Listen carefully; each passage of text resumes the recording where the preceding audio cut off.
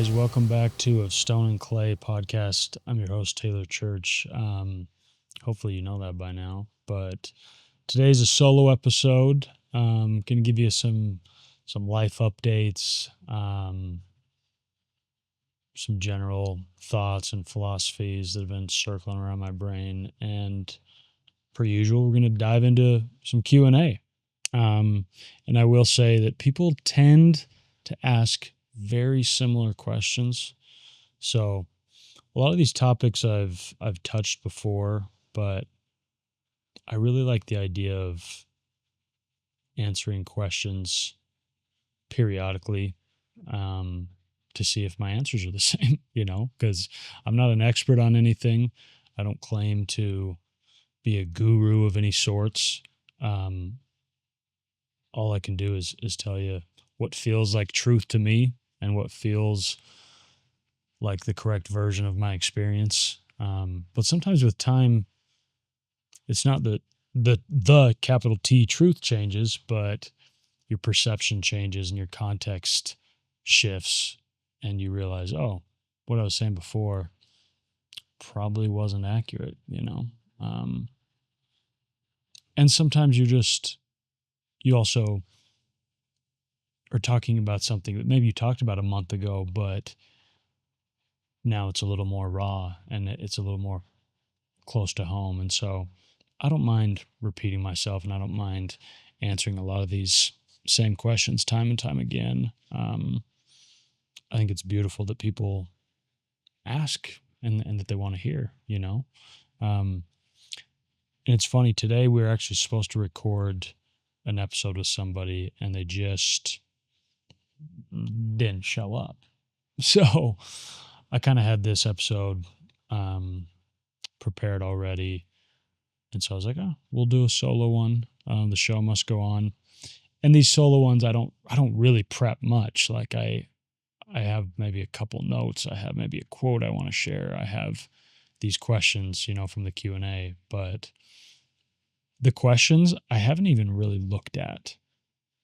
So I don't have any pre-prepared answers. I don't write down my answers. Like, I want this to be an authentic experience, So yeah, what's good? What's the latest? I started doing my coaching a few months ago, and I've been over this. I quit my day job and have just been podcasting, making content, doing coaching calls, and it's been awesome. I've loved it so much. And I've always kind of thought it would be fun to be a therapist, just because I'm so interested in human conversations and human behavior. But I also was like, I don't want to be so obsessed with the clinical side of things and the medicinal side of things and the academic side of things. I want more just human interaction and human digging, And so, and of course, I'm not saying I am a therapist, but I kind of circumvented that traditional route, and I'm able to have not therapy sessions, but therapeutic sessions with people that sometimes coaching is a better fit for them than traditional therapist's office, And so I'm grateful to be in that position, and some of the coaching is very much like about relationships and dating, and some advice and counsel on heartache and moving on and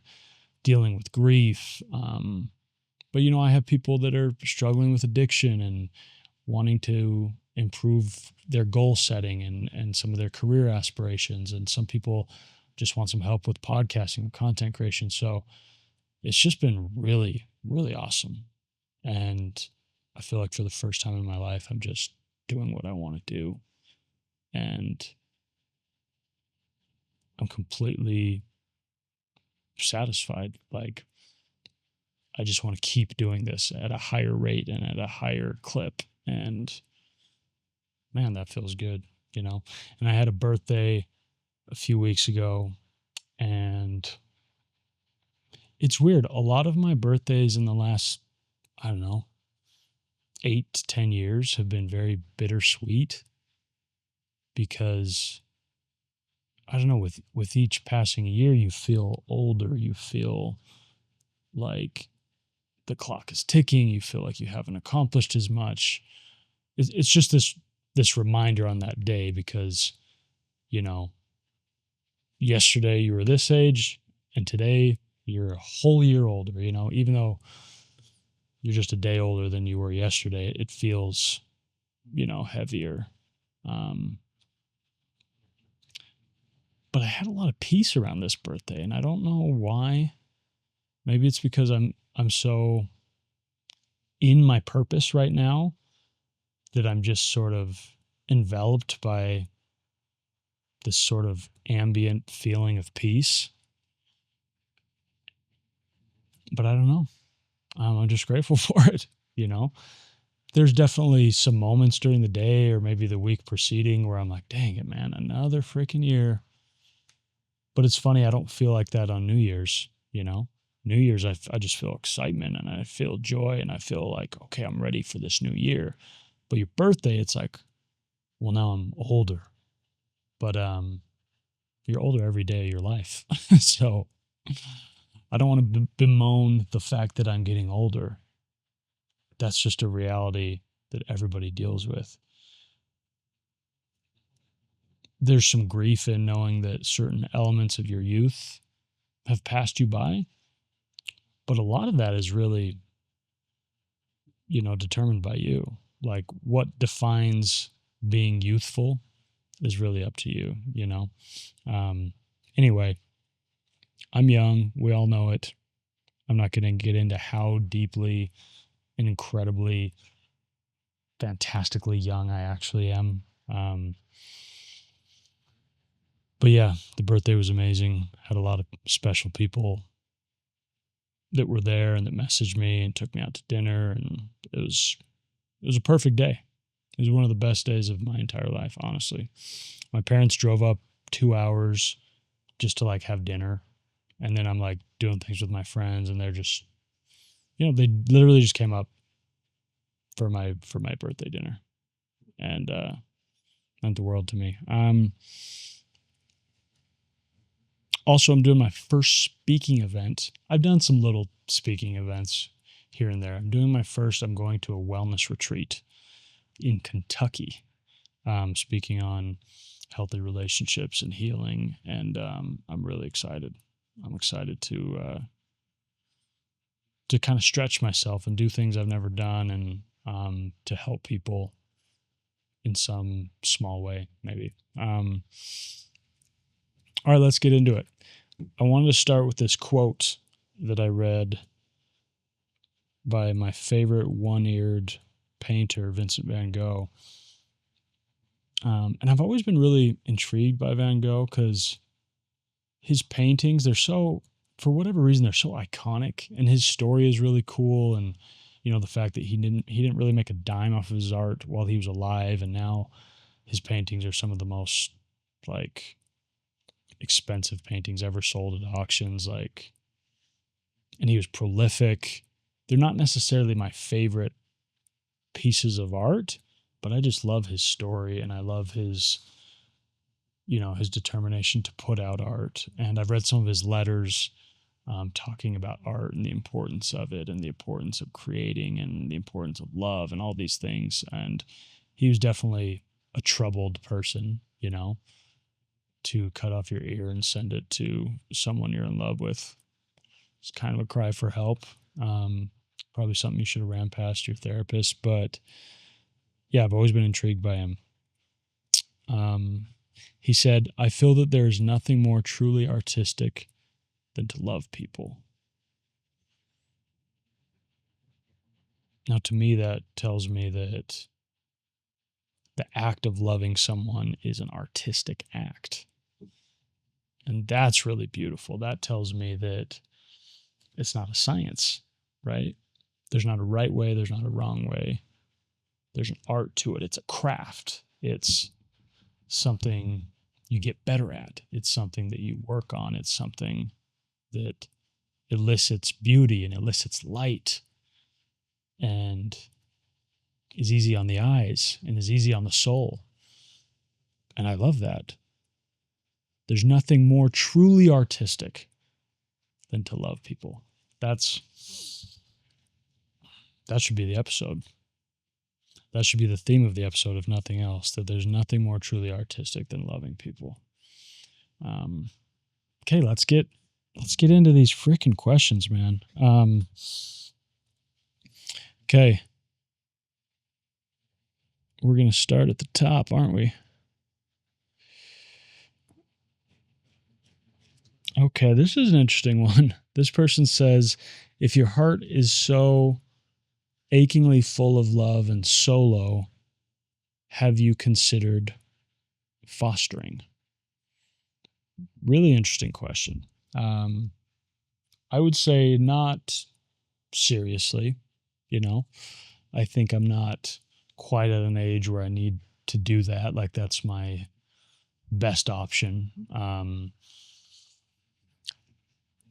And I don't think it sucks because, the foster care system feels so broken to me and I don't know how to fix it. I'm not deep into social work,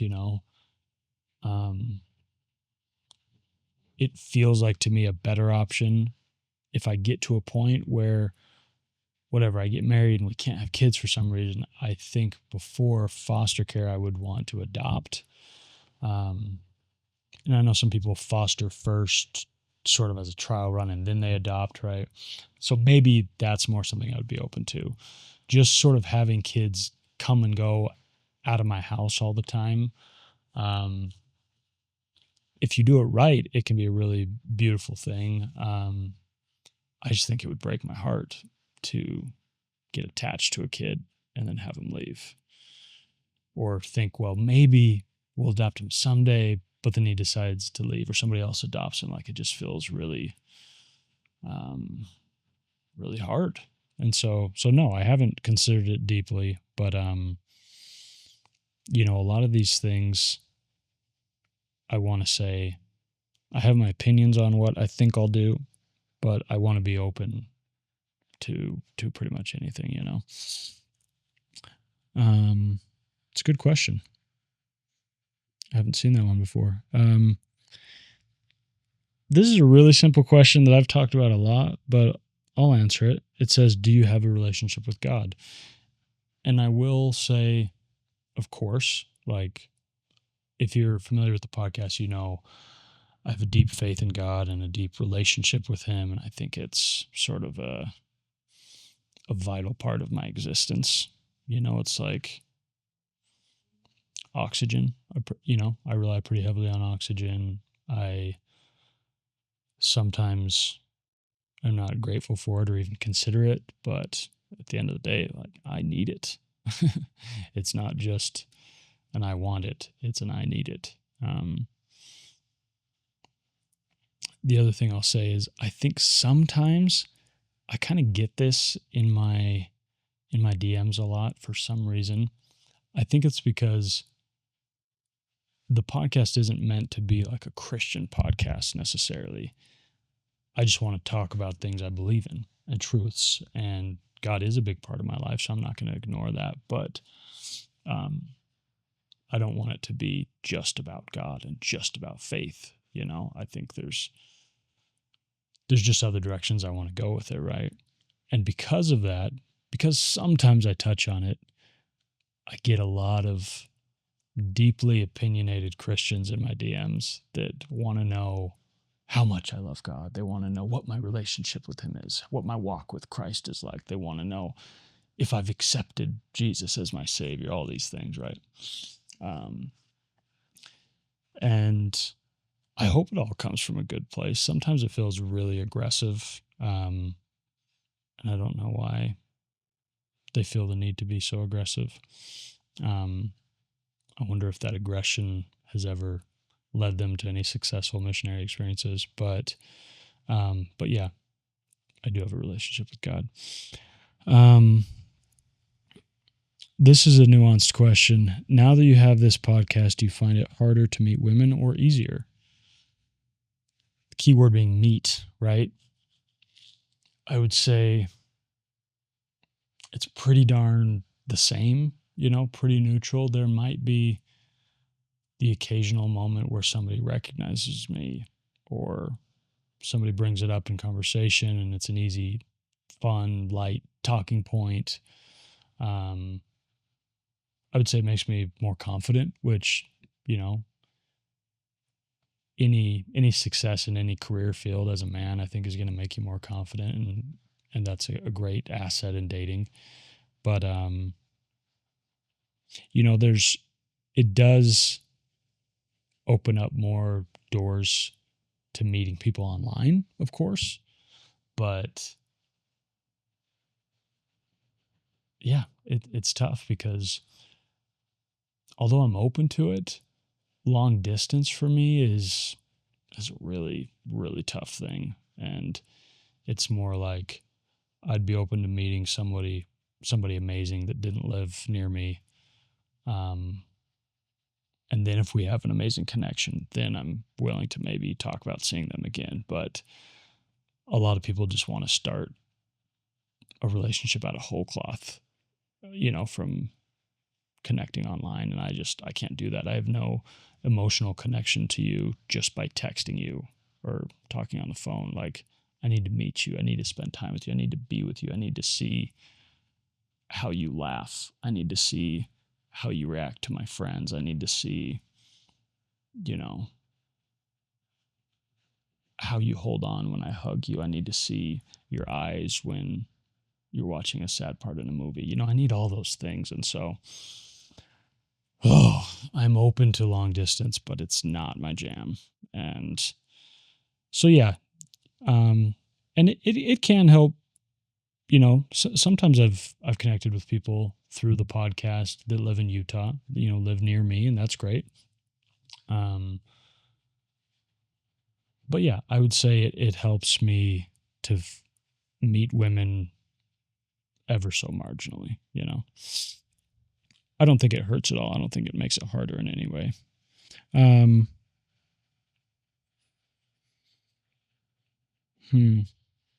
Are you deeply content? I would say most days, yes. But it's interesting because there's also a level of discontent that lives within my heart because because I'm single, because I don't have someone that I'm deeply in love with, because I don't have children yet, and 90% of my friends do. It's not easy to completely remove that feeling of discontent when there are things you really, really want and you don't have them yet, But then on the other side of the coin, I'm deeply content and happy with my friendships, my work, my purpose, my hobbies, my passions, this podcast. And I'm content with the fact that those things I'm discontent about, I will have eventually. And that's my belief, And a lot of people ask me, like, well, how do you hold on to that belief? And this maybe sounds a little bit oversimplified, but for me, my retort to that is, well, what's the alternative? The alternative is to give up, to become cynical, jaded, faithless, hopeless. I know there's that temptation and there's that natural feeling to feel those emotions, but no, I'm not going to go down that path. And so I'm going to choose to be optimistic. I'm going to choose to believe. I'm going to choose to have hope. And, if I'm the fool for that, so be it. I'll live being the fool.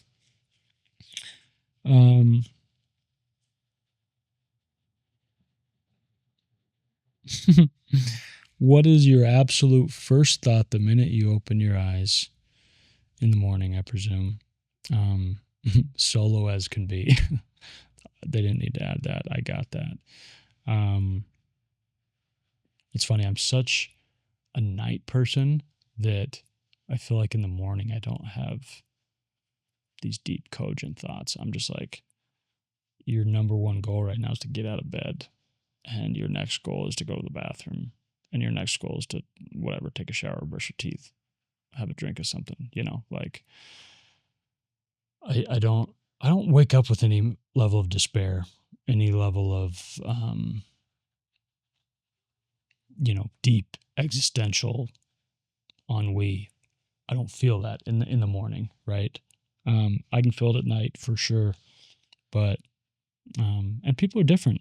Some people feel that really heavily in the morning. They feel their depression more in the morning. They feel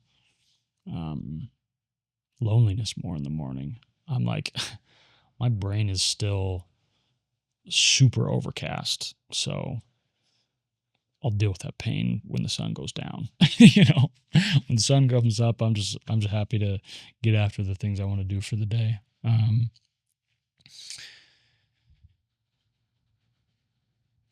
This is a really hard question. It's not even really a question. It's maybe somebody just telling their experience and maybe wanting some advice. But they said, sometimes I think about settling, but even that option doesn't seem to exist. Here's my advice to that, because that's a really, really dark thought. If you say, well, maybe at this stage I need to settle, right? The one-handed quotes, I need to settle. But now I'm to a point where I don't even know what that would look like. I'm not meeting anyone. I'm not having success with anyone. I'm not dating at all. So what would it, like, there's no settling. I don't have anyone, I understand that feeling. My advice would be, okay, forget about the idea of settling and focus on just meeting people, having connections with people, and then from there you decide, what are my non-negotiables? Am I okay with somebody that doesn't have this, or doesn't bring this to the table, or does this that I struggle with, and I tell people, like, you're being too picky when you're not giving yourself a chance with anybody, when nobody's good enough. A lot of people think I'm incredibly picky, which is fair. I am picky, but my rejoinder is, if I was so incredibly picky, I wouldn't be going on dates very often. I wouldn't be talking to girls very often, and I would be almost always the person ending relationships and ending flings and situationships and whatever. I would always be the heartbreaker, not the heartbreaky. And that's not always true. It sometimes is. And I think people see the sometimes. But, and if you've listened to the show, that my heart has been put through a pressure washer. It's been absolutely decimated at the hands of some very fine, lovely, lovely women. So I'm like, I'm too picky? No, I'm not buying that. But yeah, if you feel like there's not any options for you, you have a couple choices. You can give up. You can throw in the towel and completely shut off your heart and decide that it's easier that way, because then no one can break your heart. Or you decide, okay, there's some things I have to do. There's some things I have to work on. I have to make myself a better option. I have to make myself more attractive. I have to make myself more available. Some people are great and have so much to bring to the table, but they're not available. They're not putting themselves in positions to meet people, or they're not remotely available emotionally, So worth asking yourself some of those questions. Okay. Moving along.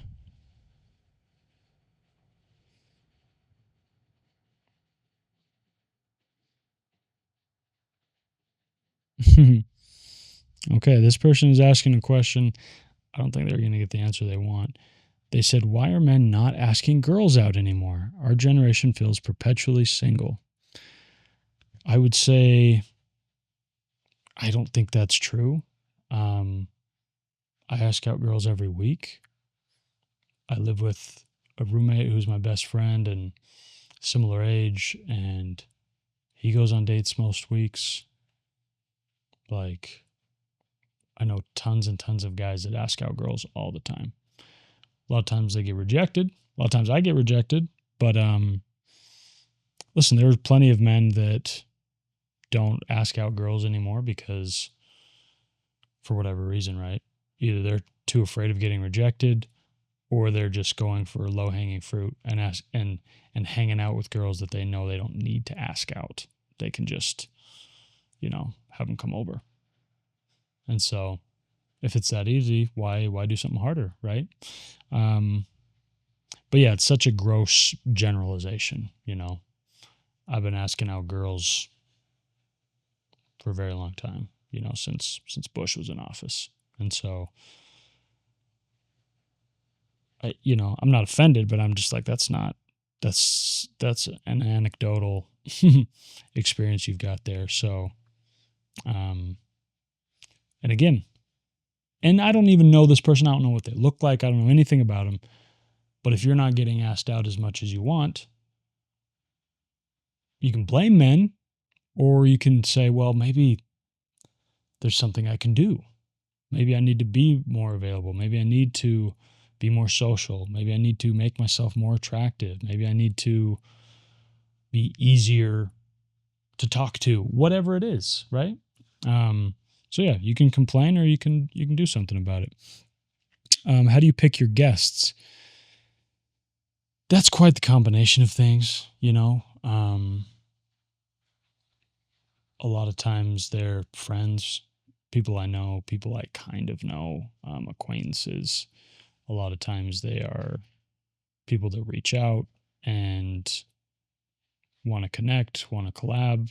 And yeah, sometimes there's somebody my producer found for me. So yeah, it's quite a mixture of things, but a lot of times it's funny, I'll get a lot of emails for people sort of pitching why they should be on the show.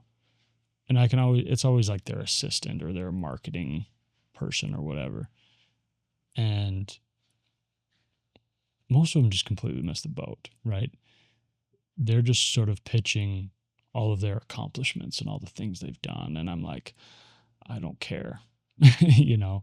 I care about your ability to have a really deep, connecting, thought-provoking conversation.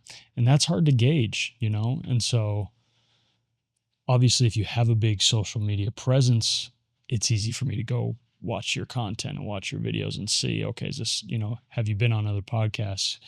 Because a lot of people, their story is amazing, but their ability to relay it is not. And then some people, they might even be amazing storytellers, but I don't want somebody to come on the podcast and talk for 45 minutes while I just sit here and listen and nod my head. That's not what this is about. It's having a conversation with somebody, right? And so, yeah, I would say vetting guests and finding guests is one of the harder parts of the show. I feel like once they're here, it's easy to talk. It's easy to try and go places with people. And sometimes they're a little resistant, and sometimes, you ask a question and they don't really want to answer it, which is fine. It's their prerogative, but I want people on the show that want to answer everything I ask, and I'm not a journalist trying to get the dirt out of you. I just want you to look inward, and I want you to open up.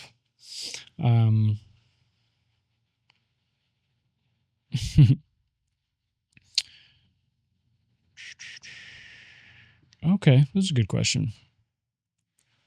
How do you date without getting attached prematurely when you love deeply? This is a good question. I think I struggled with this more when I was younger because, yes, I loved deeply, but it was also just I romanticized things because I just wanted it so bad, And I think women could smell it on me, you know? Not that there was desperation in the air, but just there was an there was an obvious eagerness, and there was an obvious um, desire for an expeditious outcome, you know, and that's not always attractive. And so a lot of it for me is muscle memory, is practice, is realizing I can love incredibly deeply, but I need to not move 100 miles an hour, because moving 100 miles an hour will often either spook somebody else, or it will get me prematurely attached to somebody that I don't even know. I don't even know them that well. I just like what's been presented to me. I like how they look. I like their job. Bad example, I don't care about a girl's job at all. But yeah, it's easy to get hypnotized by the opposite sex, especially if you feel like that person is very much your type. It's very much the kind of energy you like, the personality you like, the laugh that you like. And so it's easy to get attached early. But for me, it's more of a logical approach to dating and saying, I can't go in 100 miles an hour.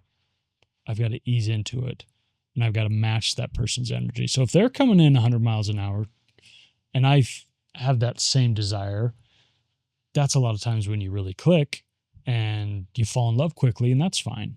But you have to be smart, and you have to be like, well, I don't know that much about this person yet, so there's no reason for me to get attached to an idea, you know? I should get attached to somebody that I love, but I can't love somebody this quickly. So yeah, it's hard, but it just takes some self-discipline and some practice, and checking in with yourself, after a first date, after 3 or 4 dates, saying like, okay, am I coming on too strong? Am I overly eager? Am I trying to like make this relationship work instead of just seeing where it goes? It's a lot.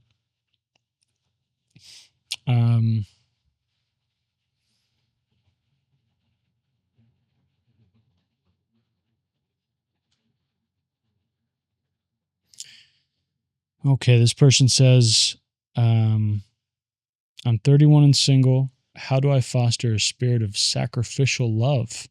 So easy and comfy to always do my own thing. I'm not convinced I fully know what they're asking, but with the sacrificial love,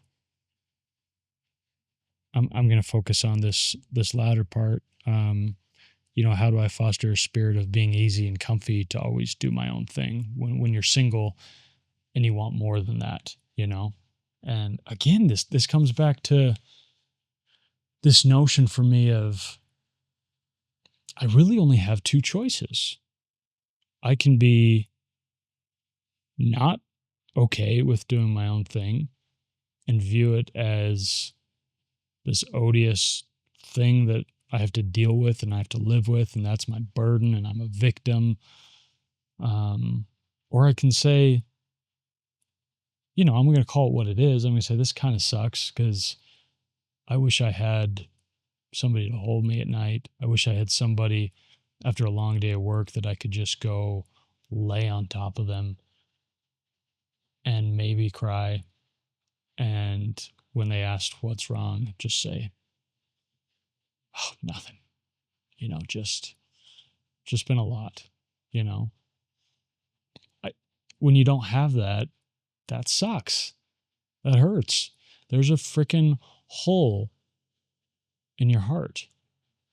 You don't need to say it any other way, but that also doesn't mean you need to be miserable and you need to focus on that negative energy and make life more complicated, And honestly, when you're in that disposition, you're not a very attractive person to date, when you're being a victim, when you're being miserable, when you're focusing on your loneliness and you're making that your identity,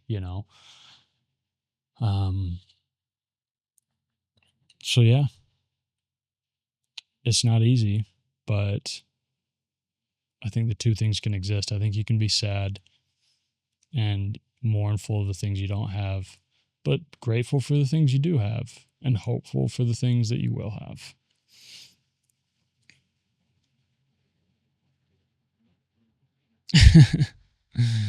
um, this question I get, but it's a little frustrating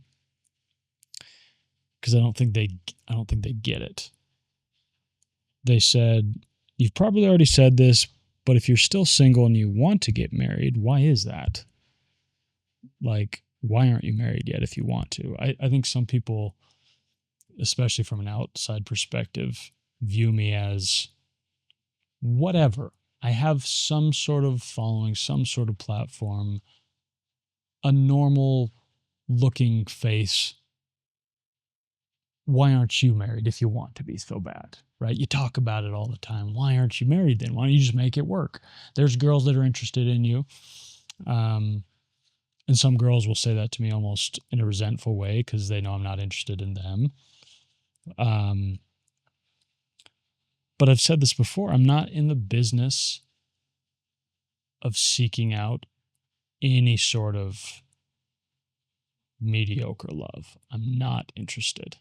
I would rather burrow myself in a grave all by myself for the rest of my days than to have a love that felt borderline platonic, a love that felt forced, a love that felt boring, a love that felt, kind of could take it or leave it, but it's nice to have someone, or it makes sense to get married. I'm not doing that, and I'm confident enough in the things I bring to the table to say, I'll wait for the special person. I'll wait for the person that absolutely blows me away, you know. Um, the girl I talk about a lot, which I know she doesn't love, but that's just the reality. She's the last person I really, really deeply cared about. When we broke up, she said something that's kind of haunted me. She said, I know, whatever else preceded this, she said, I don't want you to think that you didn't blow me away. And I was like, well, freaking sucks to hear somebody say that and then hear that even while feeling that they don't want to be with you. I'm like, that shows me that you need to be blown away by somebody, and on top of that, you need to have this deep desire to be with them, and this feeling that, oh, I can't lose this person. Like, I'll do whatever it takes, And there was part of that for her. She was blown away by me. Great.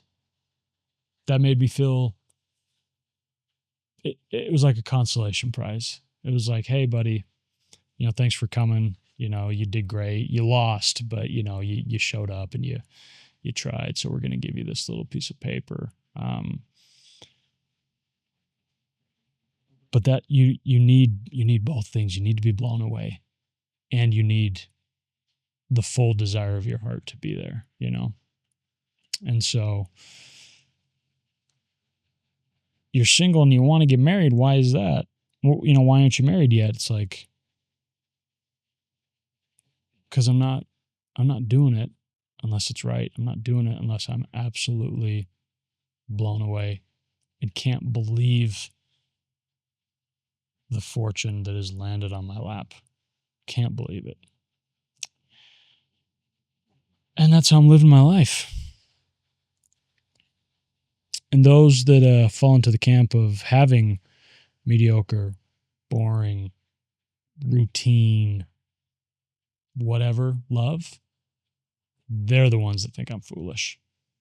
The ones that have this amazing, breathtaking, exquisite, rich, deep, soulful love, they never give me hell. They're like, yeah, you need to hold out. So that tells me everything I need to know. Ooh, this one's tough. This one's a toughie. This gentleman says, how do you deal with lust as a single man in his 30s? That's tough, man. I will say this, because I don't have a lot of context. That could mean a lot of things, right? This person might be deeply struggling. They might be in the poorhouse. Or they might just be, having some rants and thoughts. And so I'll speak fairly generally and say, it's tough. It's tough as a guy, like our brains are wired to be excited by things that are lustful. It's like for somebody who's a drug addict saying, okay, I'm going to be a drug addict, but I'm going to quit. I'm going to go into recovery, but I'm going to keep the drugs in my pocket. I'm just going to try to not use them, like this thing, if you're dealing with lust and addiction, like this thing's still going to be in your pocket. So you got to find a way to be disciplined. And so, like I said, I don't know all this person is going through. I would say sometimes we tell ourselves that, it's harder in your 30s than it was in your 20s because there's been a lack. There's been, you've been abstinent for a really long time, or maybe you were married and now you're divorced and now it's harder because, but I would just say you can't operate with shame. Shame doesn't help you. Guilt, if you do something wrong, is a good indicator that it was wrong and that you should change or atone or fix something, fix a habit, work on a habit. But shame just spirals you downward, and it makes you feel not just bad about what happened, it makes you feel bad about yourself. And so I would say you have to find a way to not live in shame and just like anything, it's self-discipline, but this is a hard question. Like I could go deeply like theological and give you a really Christian answer, or just say like, even if you don't even believe in any sort of Christian tenets or like moralistic ideas behind lust or pornography or sex or fornication, whatever, even if those things aren't like within your table of contents of scruples, you still don't want to be dominated by lust, right? You still don't want to be like beholden to lust, because you'll get less done. You'll be more distracted. You will invariably make horrible mistakes. You'll hurt people. You'll hurt yourself. You'll waste time. Like, even if you don't care about the like cosmic consequence of this lust in a spiritual sense, it's still not a good thing. So, but that's Pandora's box. So maybe I shouldn't have even opened it.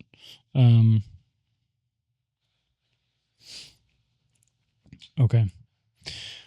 How do you ground yourself? Avoiding mental spinouts. What are some real things you do in the moment? It's a good question. I feel like I have to have a lot of things that ground me, and I have to do them frequently, right? Because if I live in a way that like I only go to ground myself when I'm spinning out, it's like almost too late, And so to me, a lot of it is exercise, physical activity, that just gets me out of my head. Being around people, I'm a very extroverted person, so I get energy from being around people.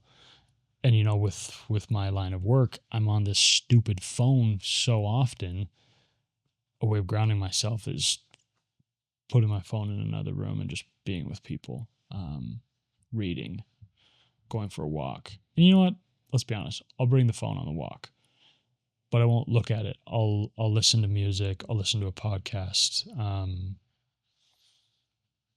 And yeah, to me, grounding myself is just about slowing down, right? And doing things that aren't like propelling my career or propelling relationships. It's just taking time to be there, to be present, to feel things. And there's a lot of ways to do that, And so I try to be grounding myself sort of all the time. When I have 20 minutes between calls, and that's when I've decided to have lunch, I try to ground myself in that moment and,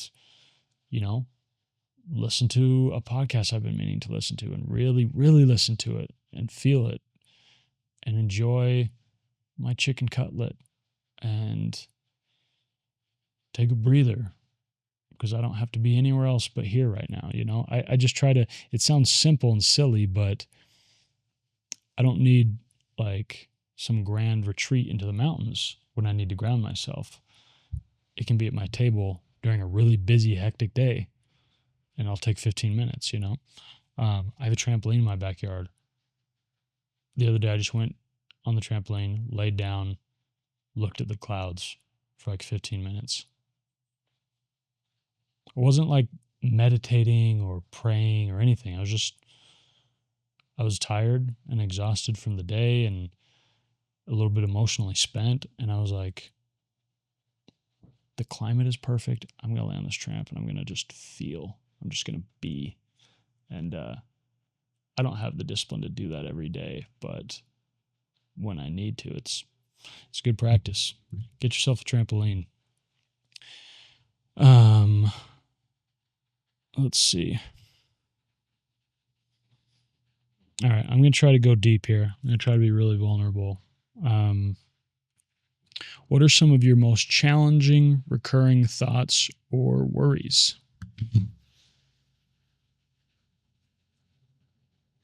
I think I've worried a lot over the years that I'll be poor, that I won't be able to provide for my family, that I won't have sort of the future I've envisioned. And to be quite honest, I've been poor most of my life. And poverty is very relative, right? But this is the first time in my life where I'm starting to feel a little bit more safe, a little bit more secure, a little bit more confident in my ability to provide for myself, for a future spouse, for my children, But I think that's always been kind of in the back of my head as a fear that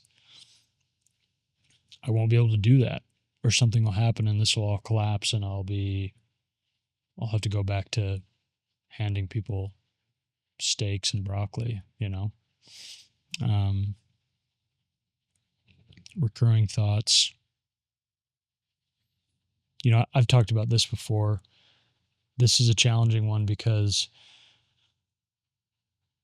all of us have sort of this emotional Dr. Jekyll and Mr. Hyde within us, We have a hopeful side and we have a side that is just a side that's just crashing out all the time. And so, if you ask me, I have all the hope in the world that I'll get married and that I will meet the absolute love of my life and that we will have a close to perfect relationship. And I mean that because I'm going to work on it incessantly. And it's going to be my obsession and the thing I care about the most. So it will be near perfect. Not that we won't have lots of disagreements and issues and trials and things together, but it's going to be near perfect because it'll be my masterpiece. It'll be the thing I work on until the day I die. I truly, deeply to my core believe that. But I have these recurring thoughts of, well, if I'm lonely now, how lonely am I going to be in 10 years? How lonely am I going to be in 20 years if I'm still alone? That's almost a crippling thought, and I try to push it out of my head because I'm like, this isn't helpful. This is just making me sad. But it comes back, It comes back, and sometimes I think, well, will I be able to maintain this rosy disposition if I am single in 15 years, in 20 years? If I'm just kind of that guy that never got married, will I be able to maintain some sort of semblance of joy? And like I said, I got both sides having a nice little civil war in my head. But I try to honor my thoughts, whether they're positive or negative, and see why they're there and what utility they have. But the really dark, negative ones that recur, I just try not to give them that much attention.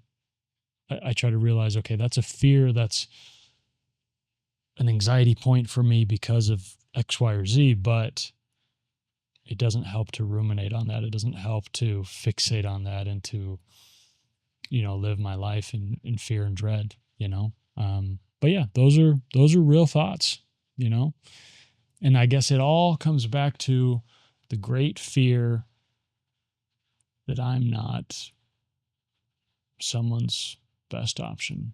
I'm not enough for the person I want, the person I've imagined. I'm not enough for them. I'm good, but I'm not great, Or I'm great, but I'm not fantastic. I'm not incredible. That's fear. It's a recurring fear. But I don't believe it. Just because it's a fear doesn't mean I believe it.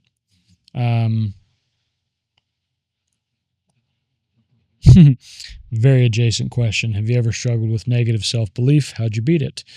Yeah, and listen, I think everybody does for the rest of their life in some capacity, And yes, some people are deeply confident souls. I consider myself deeply confident in a lot of aspects, but negative self-belief, it comes and goes, and I try not to pay it too much attention.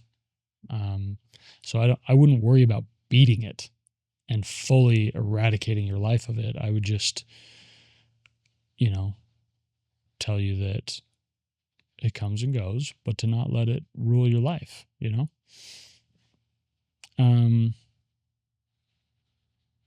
All right, cruising along.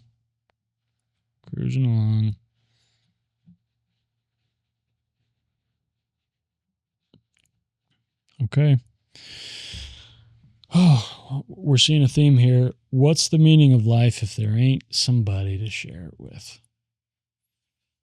Now, I'll admit I like the occasional use of the word ain't.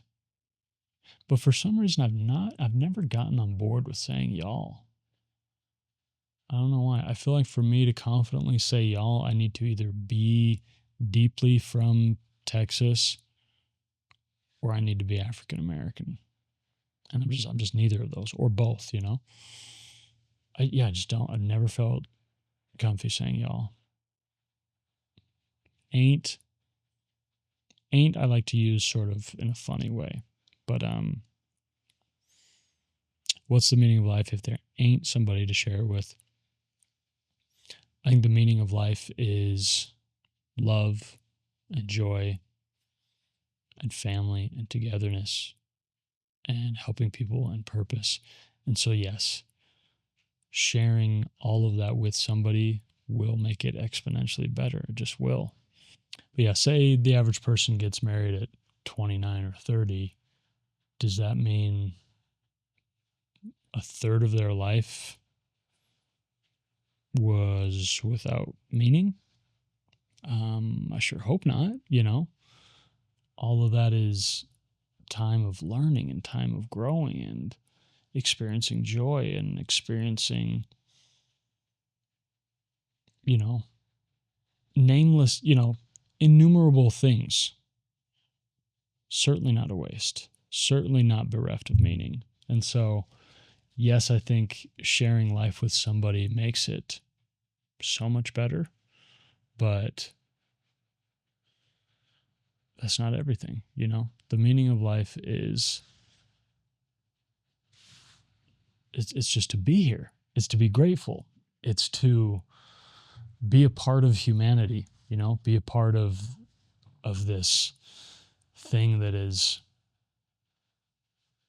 been created for us, and do it the best you can, And for me, the best I can is to somehow get somebody to come along on this ride with me, That's part of me doing my best, but I'm going to find meaning every step of the way. And if not, if I don't have meaning, I don't have happiness. I really don't, I can be happy watching The Office. I can be happy going to Carl's Jr., depending on what you order. But I can't have truly everlasting joy without meaning. I can't have real felicity without meaning. And so I'm going to elicit meaning out of everything I do. I'm going to seek purpose out of everything I do. And that's the only way I know how to be happy. I don't know another way. Do you believe in second chances with somebody who has mistreated you? Yes. But there's a lot of caveats here, What does it mean? What level of mistreatment, For me, most things that somebody could do to me, it's more about, if somebody does something really heinous to me, my question is, did they do that because that's the kind of person they are and they hurt people? They have malicious intent. They have, malignant parts of their soul that make them act inappropriately? Or was it sort of a one-off and they were going through something and they acted out and, because of that, some horrible things happened? You have to look at context and say, is this a bad thing this person did, or are they kind of a bad person? Is this a pattern?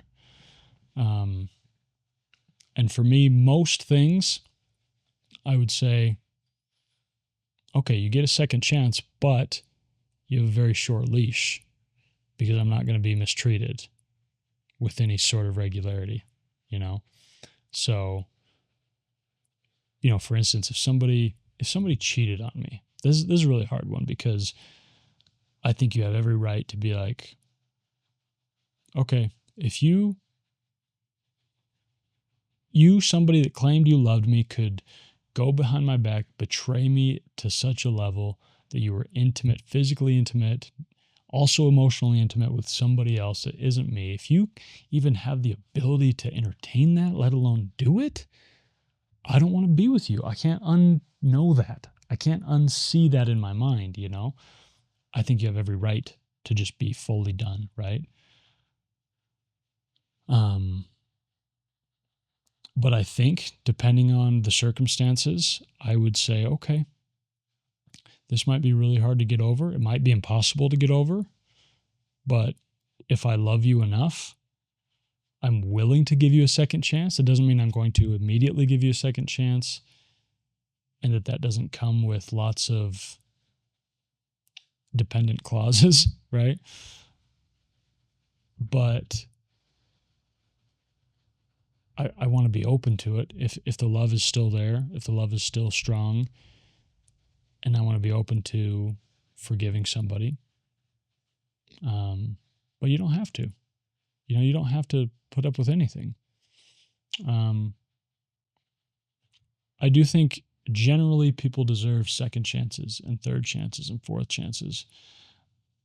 But in the process, you can't become an emotional punching bag. You can't become somebody who is victimized because you're giving someone so much grace, you know. It's yeah, it's tough. You know, if somebody was unfaithful to me, I would be like, I'm not even that upset at the act. You know, the act is maybe the thing that's hard to get out of your brain and hard to reconcile, but I'm upset that you thought that was an option. You know, I'm upset that you thought we could somehow recover from this, you know. But I believe we all have really low moments and moments of near insanity and desperation and cries for help. And so I'm open to giving anyone a second chance for anything, but that doesn't mean I will. I think I answered that pretty good.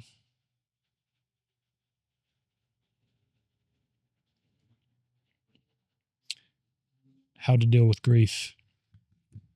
Grief is a tough one because it is a deeply nonlinear, mercurial little rodent. It doesn't follow any rules. It plays dirty. It's fickle. And so when dealing with grief, whether it's from a death, from a broken heart, from, you know, grieving the fact that you're still single,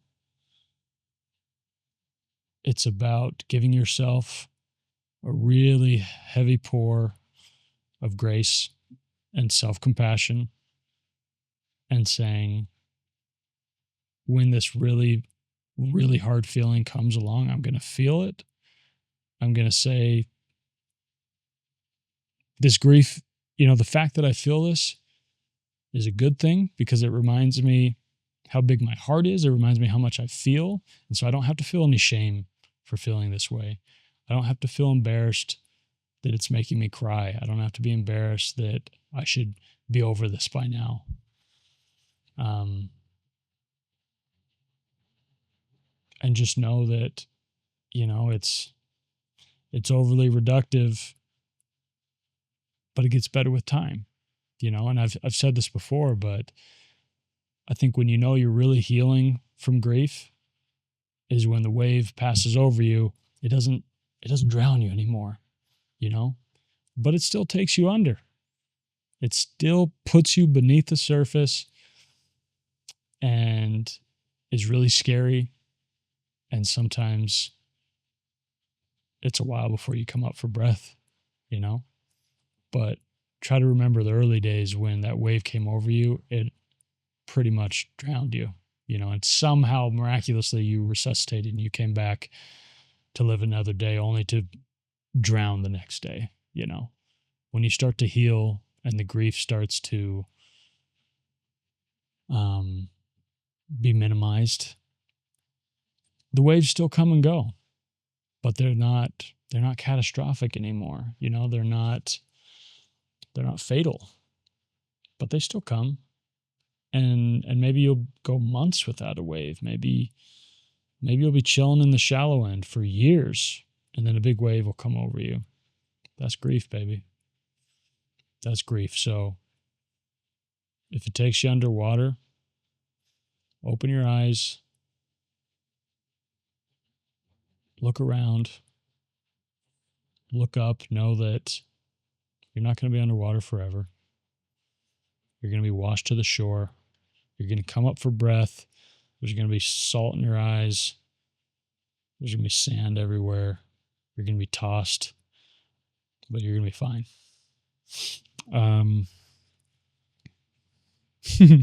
This is a really, really good question. Are you married? I won't marry you. It's a fair plea. I gotta probably say no, you know. I appreciate the proposal over over a DM. Like, that's really sweet, but you'd have a better chance of me saying yes if the grammar was a little tighter, you know. How do you stay so hopeful? I'm starting to sound redundant here, but I stay so hopeful because I really dislike the alternative. I don't feel good when I'm hopeless. I feel heavy, and I feel a lot of self-pity, and I feel pathetic. And I'm okay with hopeless feelings coming and going and those emotions existing. But just losing hope and living in that hopelessness, I'm just not okay with that. That's not an option for me. So, and I'm not saying that's an easy place to get to, but I think there's too much good around me, and there's too much good that I do for me to truly, truly lose sight of hope. There's too much good.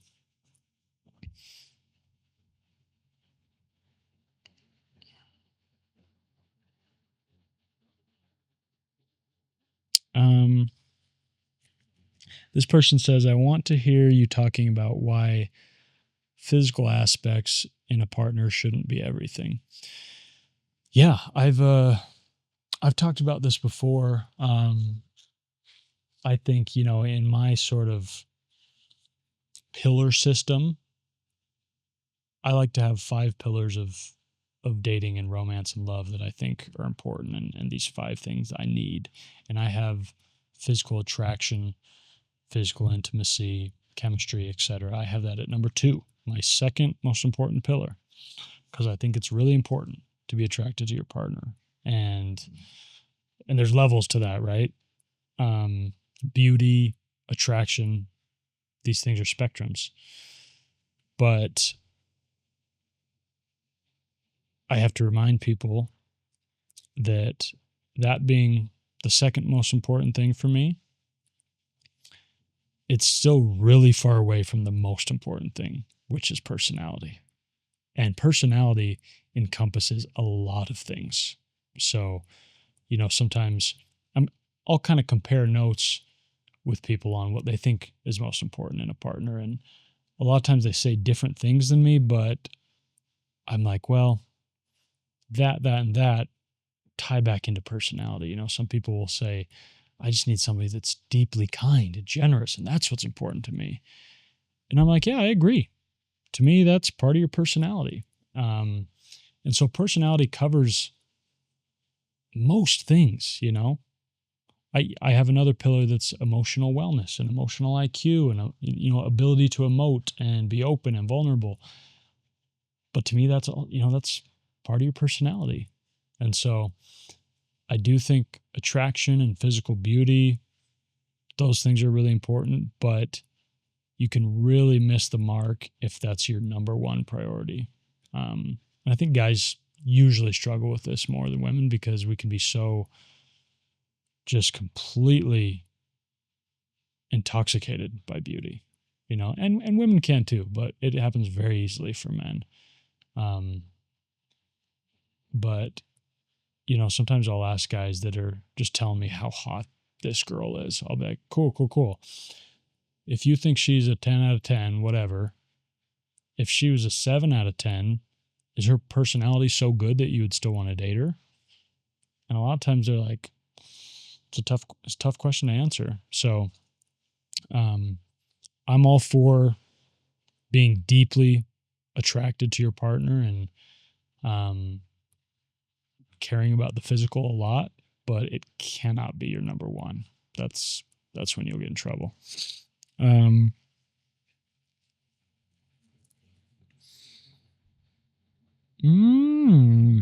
Okay.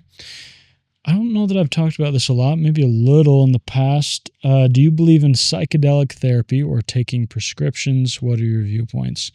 The psychedelic world, whether it's psilocybin or it's, ayahuasca, or I don't even know certain drugs if they fall into that category, but I'm pretty much like, for myself, I don't think I ever want to get involved, but if it works for you, great. That's great. I have no judgments. I personally just don't want to rely on plants to get me through the day, you know? But, if I was at certain breaking points and felt like I had exhausted all my other options, I might look at some of these more seriously.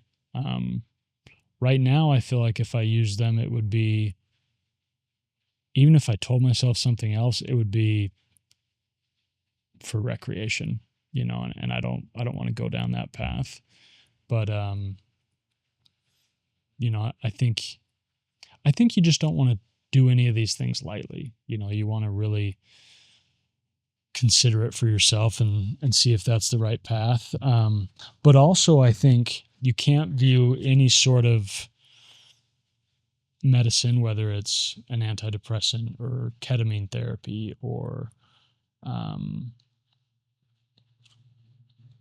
LSD or mushrooms or microdosing or whatever.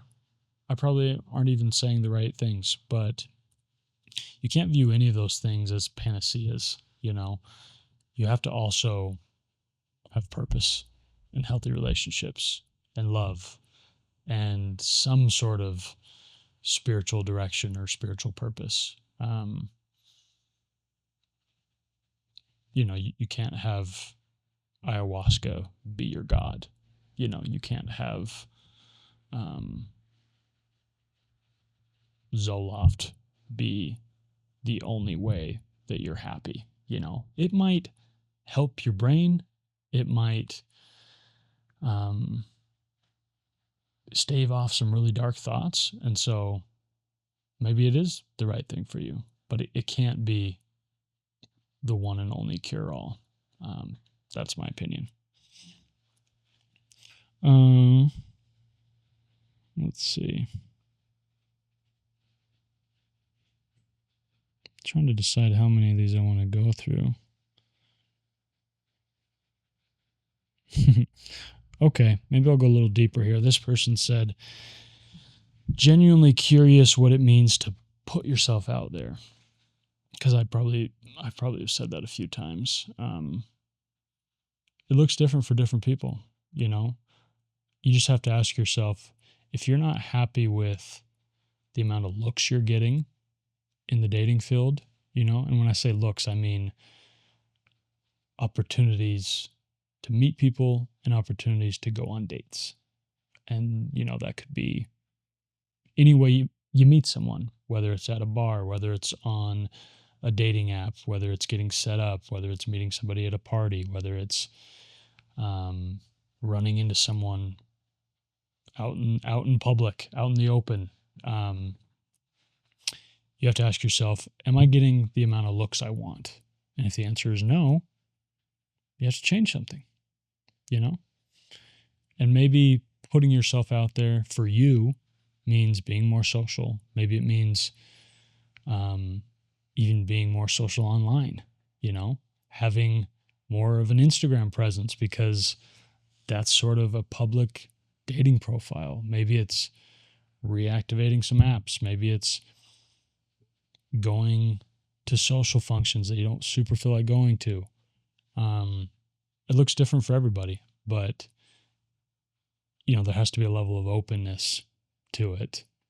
If you're going to complain about being single, which I for sure do, you got to be doing something about it, whether you're male or female. But yeah, I think it looks different for everybody.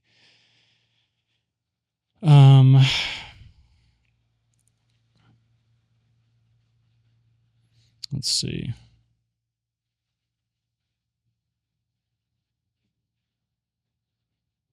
I'm not sure I understand that question.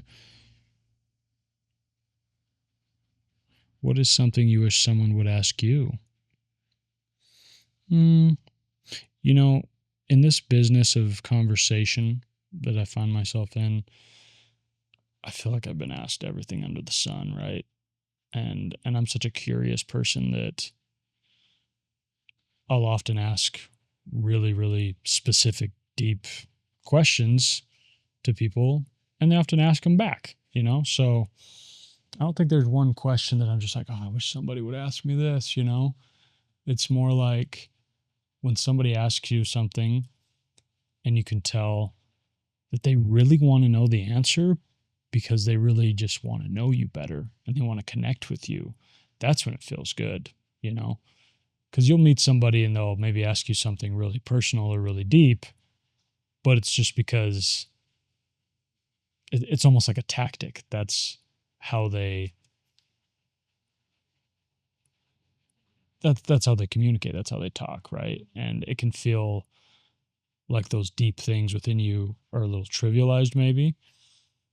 So I guess the art is in crafting those questions with an air of genuineness and earnestness. And to me, that's what I care about. What the question actually is doesn't really matter.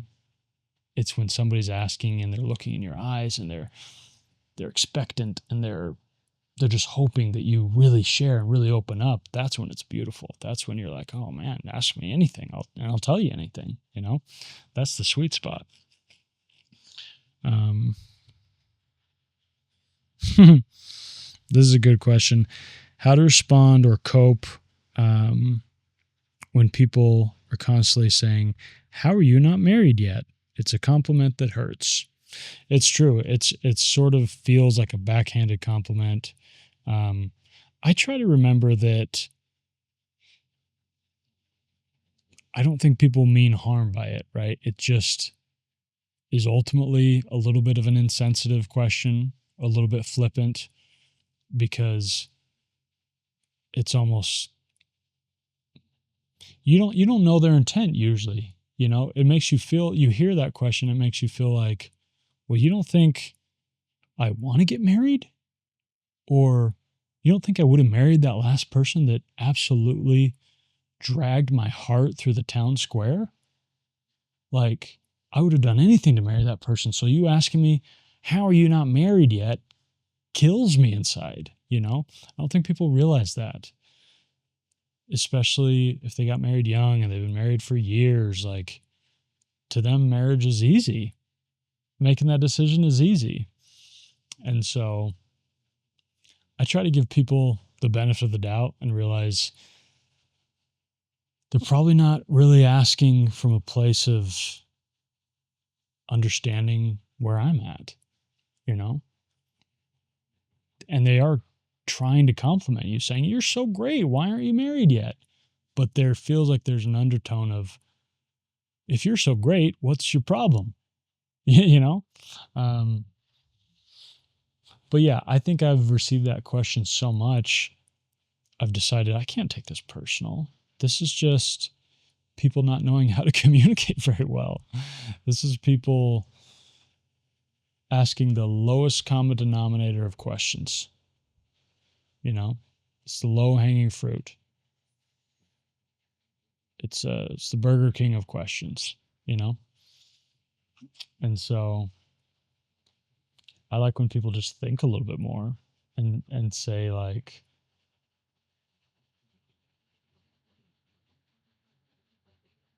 here's the reality. Don't ask that question unless we're really close, you know?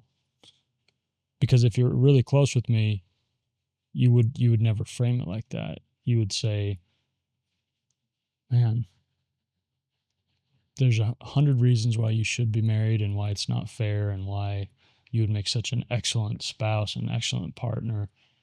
But I know it's going to happen for you. You know, that's such a different sentiment. And I just pray that I will never ask somebody that question. How are you not married yet? If I find myself asking someone that question, I'm going to walk myself to the morgue. I'm going to say, do with me what you guys got to do. To maybe you guys got quotas, I don't know, but I can't be here anymore because I just asked this question to somebody I barely know. So do away with me. That's how I feel about it.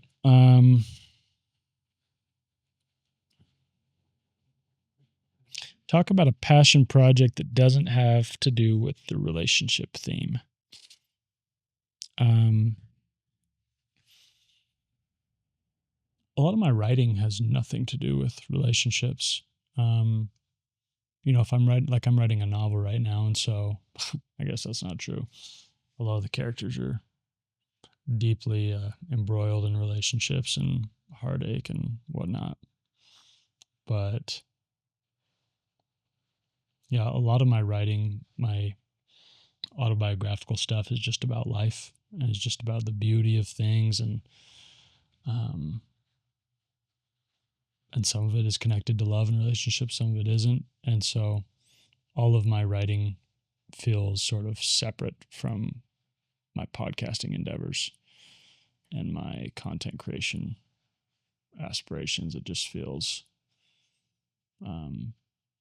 it feels different. But I don't view it as a passion project. I view it as my part of my life's work, So I guess passion project. I have some weird hobbies that I am really passionate about, but I don't really have big goals with them. Like a weird thing about me is I love going to old ghost towns and abandoned places and old mining towns, and there's actually hundreds of them in Utah, and I've probably been to, I don't know, 40 of them, and some of them have almost nothing there. You go there and there's old cement foundations to a schoolhouse and a couple wooden homes, and you find some old soda cans and some old railroad spikes, and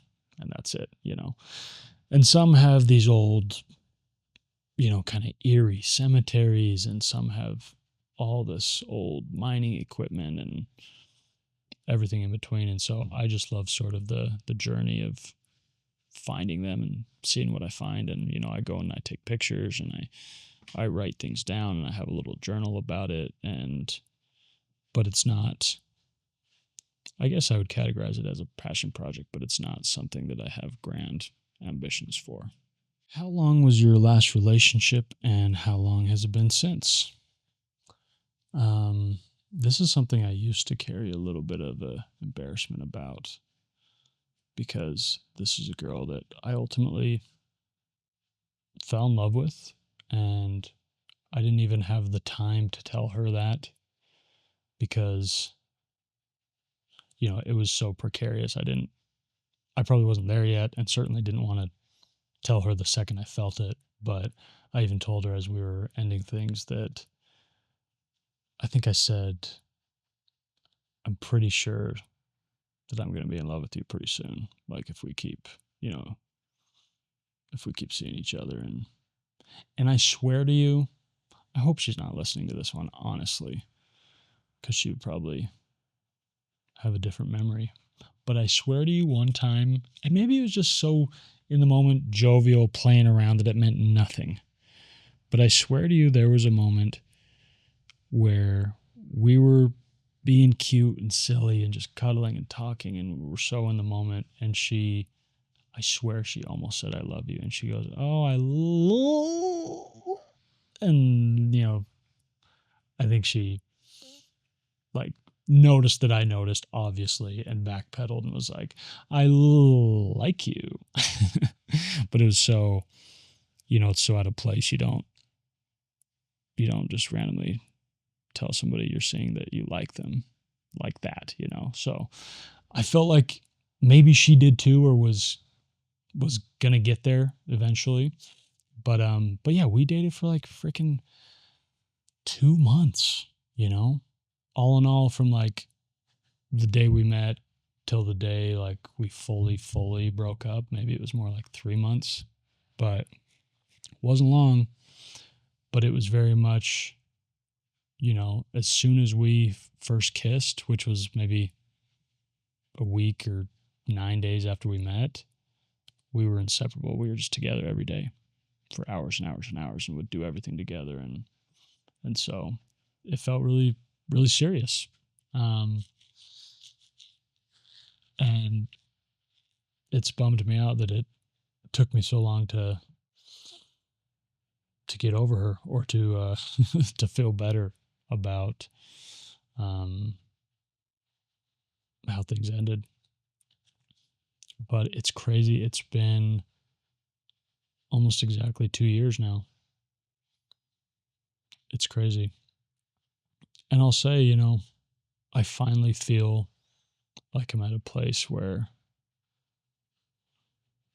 I just feel good. It's still, if I think about it, it still kind of breaks my heart and is still a little tender. And she's somebody that was so amazing that, like, I can't just be talking about her all the time, like by name and stuff, if I want to not be sad. But it's not something that freaking weighs me down anymore. It's not something that I feel like I still have to get over, because who knows what it means to be fully over someone. Does it mean you never think about them again? Does it mean your heart doesn't yearn for them at all? Does it mean you don't wish that you magically get back together? Especially if you haven't met somebody new, it's like, when are you fully over someone? I don't know. Who cares? I just know I'm in a much better place. And yeah, there's songs I can listen to that I couldn't listen to even a year ago. They're too painful. And it's funny. I actually realized this the other day, but it was sort of a fleeting thought. There was this movie that she had brought up that we should watch together. And we were kind of like, you come up with a couple, I'll come up with a couple, and then we'll watch one. But then we were on a double date. And so we asked them their opinion too. And whatever, we ended up watching the movie I brought up. And we just never saw that movie because we broke up soon after. And I still want to see that movie, but for the longest time, I couldn't bring myself to watch that movie because I knew I would just be thinking about her the whole time. And it almost felt like I was maybe subconsciously saving it for in case we got back together, which is so stupid. But I'm going to go watch that movie. It's time. It's time to go watch that movie. It doesn't even matter what the movie is, but it's time. Next question.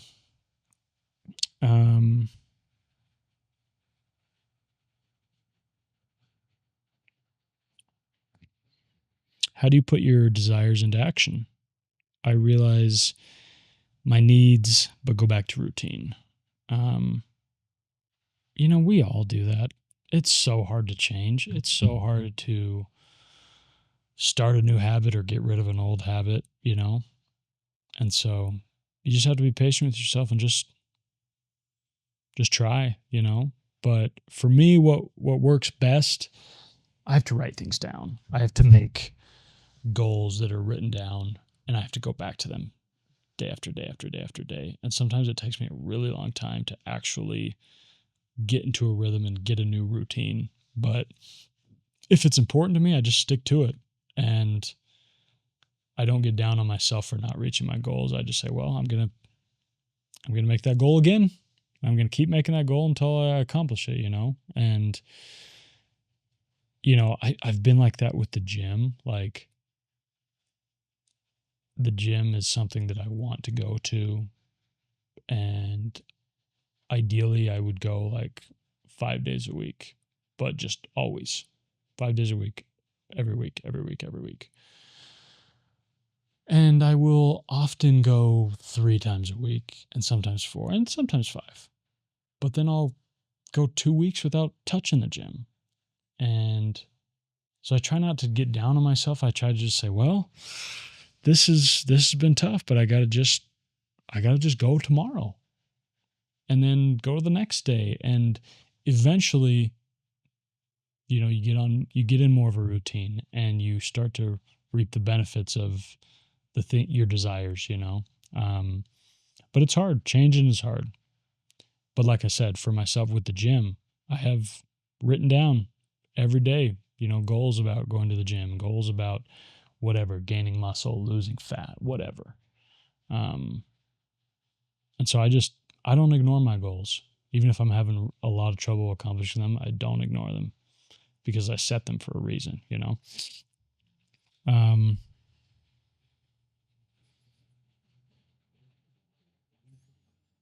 Oh, this is hard. Tips for handling pressure from family and friends about being single and not being married yet. This is hard because my family is so supportive and so loving about it, especially my parents and my two sisters. I'm sure, I've heard some scattered comments from aunts or uncles or whatever about, some grandparents about it. And I know it comes from a loving place, but it sucks and it feels like pressure, and it's not helpful. It is not helpful. You think I don't feel the pressure from myself? Like, a parent pressuring me to get married would do nothing. It would drive me away. It would force a wedge between me and my parents. And so they've approached it in the absolute perfect way. They mourn with me. They are excited with me when I meet somebody new. They want it for me badly, but they don't pressure me. They don't ask about it constantly. They know when there's somebody I'm excited about, I'm going to tell them. And so, yeah, it sucks if that's not your experience. I think it's a balance of finding a little bit of grace for them, realizing, again, this isn't personal. They're not trying to hurt you. They're just invested and they care about you. And maybe they're just not very tactful about it, or they're not very smart about it, honestly. And maybe they're a little bit controlling, and maybe you getting married somehow reflects on their ability to parent or their ability to feel like a successful mom or dad, which is their own problem. So realize that, and then say, you know what? This is only my journey. It's the same way if you have parents or family members that are pressuring you to go to church or to be active in your religion. Like, that's between you and God. And sometimes, the people around you, it's nice to get a little nudge from them when you're feeling down and you need a little boost. But usually that kind of pressure, it just doesn't help. It's not about them. It's about you and God, and it's about you and that person you find. And so, unfortunately, with some cases, you'll have to, if it becomes so annoying or so hurtful, you'll have to draw boundaries and say something like, hey, I appreciate that you guys want me to get married and you want to be a grandparent. I can appreciate that. I want those things too. But this constant pressure it's only hurting me. It's making me sad. It's making me want to be around you less. It's making me nervous when I come over because I know you're going to berate me about it. And so I'm just asking you to just trust me and to not ask me about it, because when I have something to tell, I'll tell. And if I need help or advice, or if I need a boost, I'll ask for it, and that's a hard conversation. But if you get to the point where it's becoming so insufferable, you got to do that. You got to draw boundaries. When did you start growing your hair? Will you ever cut it? A while ago, probably.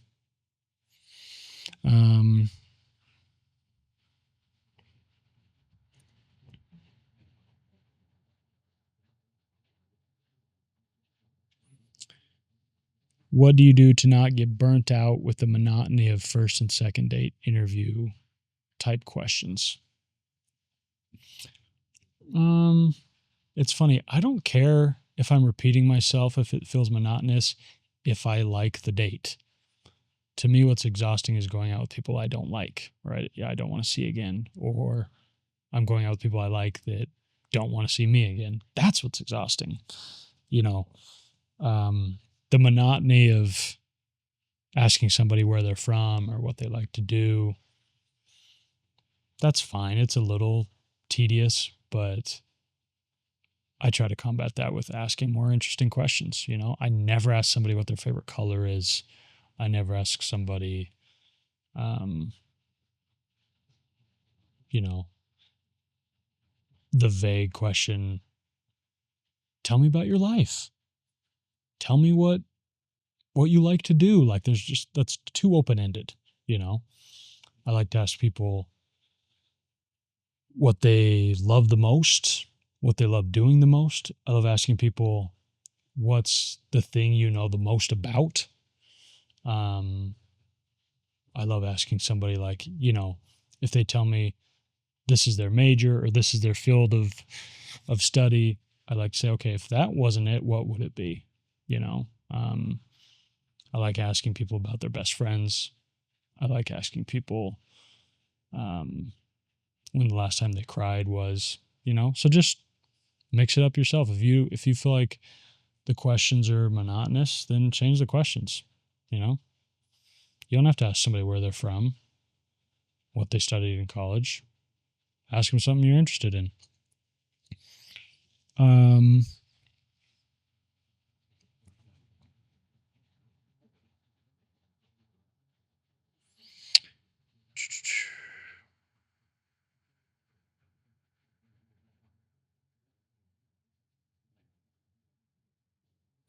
Sorry, that just didn't make sense, that question. So it's not getting answered, is it? um, do you believe in aliens or ghosts? What are your thoughts on them? Have you had any experiences? That's such a hard question because it's like I believe in the possibility of aliens. I'm sure I'm sure there's some extraterrestrial being out there that exists. I don't believe that they would come to Earth just to like mess with us or just like fly around and crash their UFOs. I don't think so, but sure, like I don't spend any time thinking about it, honestly. Same with ghosts. It's like I believe in spirits. I believe in, you know, the other side. I believe in heaven and hell. So I believe in ghosts in some capacity, you could say, but I don't believe ghosts are just here to like scare us and spook us and that they just dwell in old houses and in closets. Like, no. Um, okay, this is something I've talked about a lot with some of my coaching sessions, but this person says divorcing after 22 years. I have 4 kids, teens and adults now. How do you know when it's time to start dating? Um, I think I tell people it's never too soon to open your heart to connection. Maybe you're still deeply in grief and maybe you're even still in litigation, but start to open yourself up to connection, to friendship, to meeting people, to um, smiling at the opposite sex, considering the attraction of the opposite sex. Just after 22 years, it's so foreign. Just start opening your heart to it. And you don't need to put a date on when you should start going on dates or when you should have a boyfriend or girlfriend, when you should start pursuing getting remarried. If you remain open, you'll know when you're ready, and if you feel like it's too soon to go on a date, I would err on the side of go on the date, and then you'll know if it feels like it's too soon. If it is too soon, take a step back. Take some more time. But that date might be somebody amazing, and it might be really divine timing. And the right person is going to be totally fine if you're like, hey, I really like you, but I'm not ready to date yet. They'll be like, okay, let's be friends until you're ready. Or let's, admit that there's some interest there and there's some romantic feelings, but you don't want to be exclusive yet, or you don't want to go on actual dates. You want to just do things more chill. You want to do things in groups. Like the right person will be like, okay, I'll wait. I'll go at any pace. If I get a chance to be with you, I'll go any pace, That's why I think it's funny when people get impatient in dating with somebody, because I'm like, yeah, with the right person, I'll go at any pace. I don't want to waste my time. So if I don't think there's a chance, I'm not going to go at that pace, at the hopeless pace. But if the person needs more time, if I like them enough, they can have all the time they want, I have no idea how long I've been going. It feels like maybe I should wrap this up kind of soon. We'll just do a few more. Maybe avoid some that I've answered repeatedly.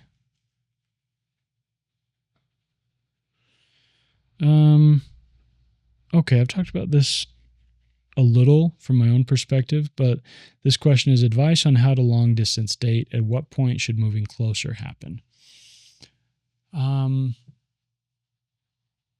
That's really hard decision. I don't know a lot of couples that have made it work that started in long distance, but I know some, and they tend to have very different stories. So to me, it's more about you guys being on the same page as far as commitment to seeing if this thing can work, right? And so when you talk about moving closer, maybe you've been talking for 3 months, maybe you've been talking for 6 months, maybe you've seen each other 10 times or 30 times. Regardless, if there's to be a future for you, the discussion has to happen like, who's going to move, and are we both open to it? Because in my opinion, if you're only open to them moving, then you're probably not that in, you're probably not that committed. You're probably like, well, if they moved out here, I'd probably give it a chance, give it a shot, but I would not move out there. To me, that's a telltale sign, So I think it's just about having that discussion early and saying, are we both willing to relocate? And ultimately, you'll probably do what makes more sense logistically. Maybe for one person with their job, it just doesn't make sense. But to me, it's like, are you willing to lose that person over your job or whatever? I just think with long distance, it's about increasing the frequency with which you're seeing each other. If you're consistently only seeing each other once every 3 months, it's going to be hard to know. Like your relationship will change if you start seeing each other twice a month, So maybe you can't get there yet, but get there as soon as you can, And I think the point where you're like, somebody needs to move is the point where you're like, we're seeing each other as much as we can and we love it and it's amazing, but we need more. We need to see each other almost every day, or we need to see each other 3 times a week. And we can't, we're not progressing. We're not moving forward at this stage, but that's a hard question because I think everyone's a little bit different. But you'll be completely screwed if you don't communicate well with long distance.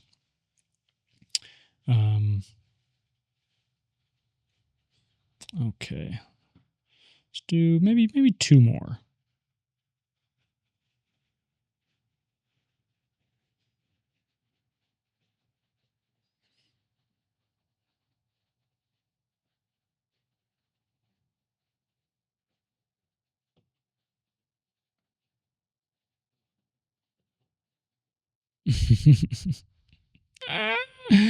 This one's funny. You're not gay, right? Wishful thinking over here. Clearly you've never watched a single episode or anything. Answer is no, unfortunately. But yeah, sorry. I'm just not gay. It's tough. How to stop replaying and thinking about him all the time. Him or her. That's so hard. It's so hard. You have to really actively tell yourself to stop, But it's like this. When you first go through a breakup that's especially horrendous, it's like you're starting to it's like you're giving up heroin or you're giving up crack. Like you go into really serious withdrawals and you think about this person nonstop. And to go cold turkey, it might kill you. It's too tough. It's not reasonable. It's not a goal that is really achievable. You need some emotional methadone. You need to think about them a little bit, but not constantly. You need to wean yourself off. And so, in those early stages, understand it's going to be hard. Everything reminds you of them. Everything is triggering. Everything is a memory and a source of pain. But, after a few weeks, after a month, after 2 months, you'll have the ability to, when a thought comes in your head, to be like, I don't want to go there right now. So I'm going to think about something else. I'm going to go somewhere. I'm going to do something, and that's the only way to get through it. There's going to be periods where you think about them a lot and then you think about them a little bit, and then periods where you think about them almost not at all. And then eventually they become just a distant memory. And eventually that distant memory doesn't hurt you anymore. But it takes time. It takes time. Gosh, it sucks. It really sucks. Okay, let's do one more good one. Don't you think? Yeah, let's do one more good one.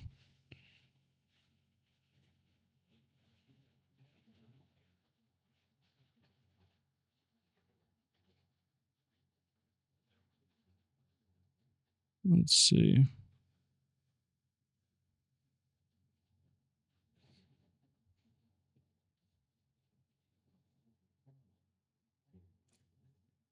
Okay.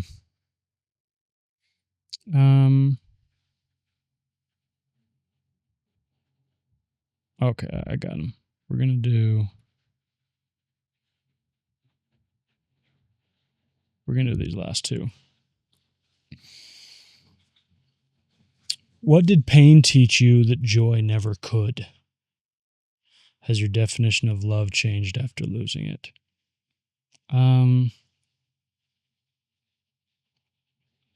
It's tough.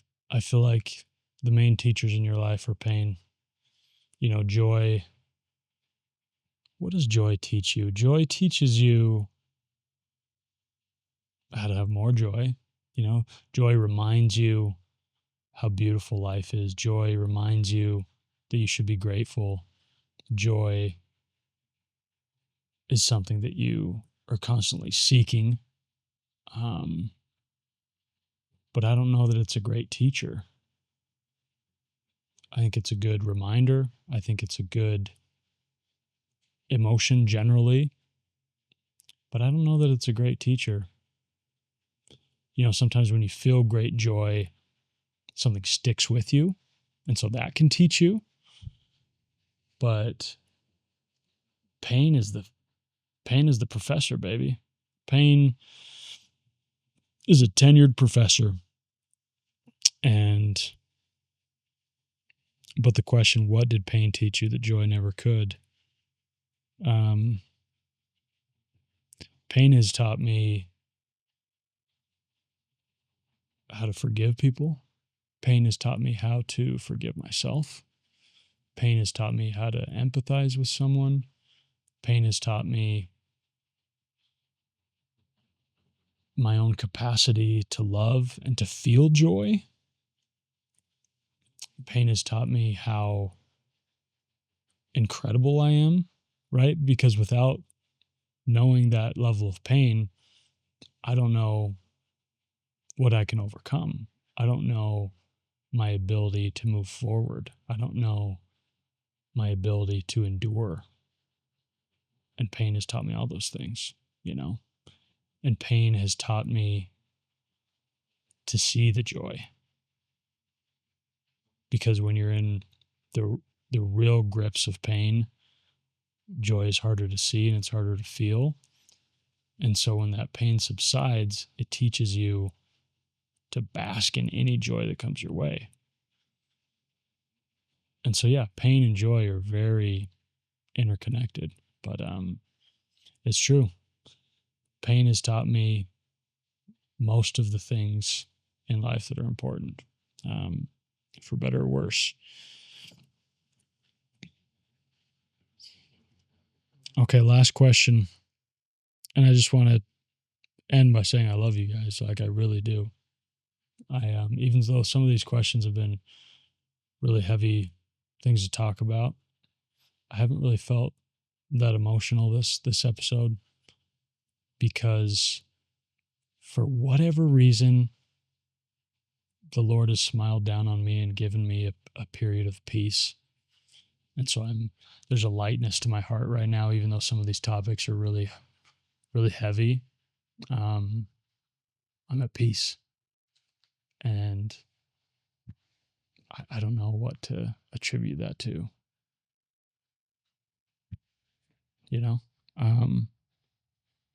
So to end, the question is, why do deep feelers and thinkers struggle to find a soulmate?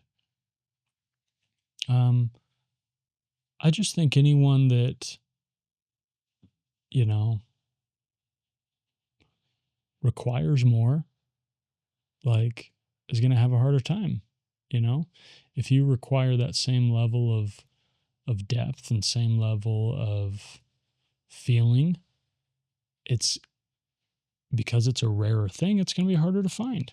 To me, that's obvious. I think you could make the same argument about somebody that's incredibly beautiful. I think they have a harder time finding love.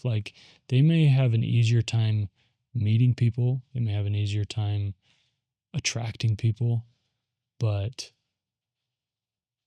they're going to have a hard time finding true love, and they're going to have a hard time weeding out people that just love them for their beauty or just want them for their beauty. And so, yeah, when you feel really deeply and you feel like your soul is maybe deeper than most people you come in contact with, that's fine. That's a good thing, Anything to tighten up your filter system to make sure you find a soul that is aligned with you, the better. That's great. I'm happy for you. So don't worry about that. Don't be sad that it's harder to find your person for whatever reason, because that just means it'll be better when you do find him. It'll be a miracle. And it won't just be happenstance. It won't just be it's time to get married. It'll be a full miracle. And how do you react when a miracle happens in your life? How joyful is that? How beautiful is that? So I'm fine waiting for the miracle. Love you guys. We'll catch you next week.